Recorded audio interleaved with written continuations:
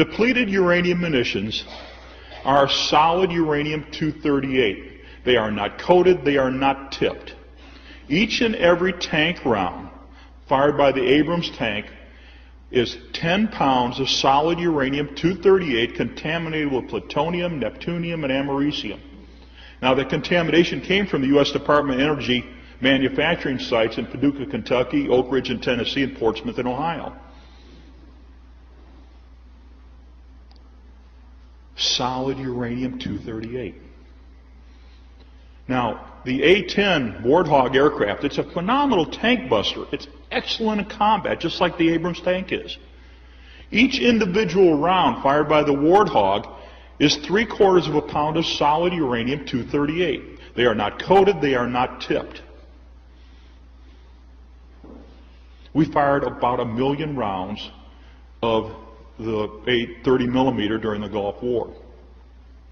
15,000 rounds of the tank round during the Gulf War for about 350 tons of solid uranium-238. The majority of the casualties during the Gulf War, the majority of those that died, the majority of the Americans that died during the Gulf War and that were injured in the Gulf War were as a result of friendly fire. The U.S. shooting the U.S. with uranium munitions. When I got the tasking from the Pentagon down through Norman G. Schwarzkopf, directly to D.G. Zulist. Now, Schwarzkopf was the theater commander, overall, the top general. He was in charge of the war. D.G. Zulist was the theater medical commander, and I worked for him. They told me, clean up the DU mess. And I'm going to finish the job. When we got up into northern Saudi Arabia, KKMC, that's King Khalid Military City, we're collecting the U.S. friendly fire vehicles there. We walked in there, and members of the 144th Maintenance Company were in there working on this already, and they're in cutoffs in their boots, and that's about it. They're sucking uranium dust in. They're sucking uranium contamination. They're absorbing uranium contamination. We walked in there, and there's only one way to describe it, and it's very appropriate in this building, this church. Oh my God. Within 72 hours, we were sick. Within 72 hours, respiratory problems started on myself and the rest of my team, and we were already seeing it on the individuals. The 144th was there, and we're already hearing reports of that from the friendly fire casualties. Within 72 hours. The rashes started, open sores that opened and bled. We're in a war.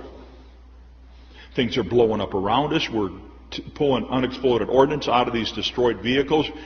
We're messing around. Now everybody says you got to wear respiratory and skin protection or some type of respiratory and skin protection. It's 100 and some odd degrees. And they told us all you need is exam gloves for your medical personnel and a surgical mask. Well, as everybody that's worked in the medical field knows, that a surgical mask is good for spit and not much else. Now, uranium oxides are submicron in size, which means that we're seeing some the size of marbles and sizes going down to submicron. And now, a submicron, 1 micron, is 10 to the minus 10th meters. This is atomic scale. And we're sucking this in. And the troops are sucking this in, and they're getting sick. Now, as the health physicist and responsible for the theater, I went to the medical commanders and said, you've got to provide medical care for all of the DU friendly fire casualties immediately. We need a radiobioassay, which consists of nasal and pharyngeal swab. You reach in the back of the throat with a Q-tip, and you find out if they sucked in any uranium in. You collect their urine to find out if it was collected in, they're passing it out. You collect their feces to find out if they're passing it out. But you need to do it right away, because in order to get heavy metal to poison, now uranium immediately starts out, your primary problem is heavy metal, not the radiological components. It's the heavy metal components. So we need to do chelation just like you do for lead poisoning. But it has to be done rapidly because of a thing called bio-half-life. And a bio-half-life is where the uranium then goes into sequestering in the bodies of the bodies, or it passes out through the urine, and you'll never find it. We need to get subscribed and get this unity stronger and beat YouTube at their own game.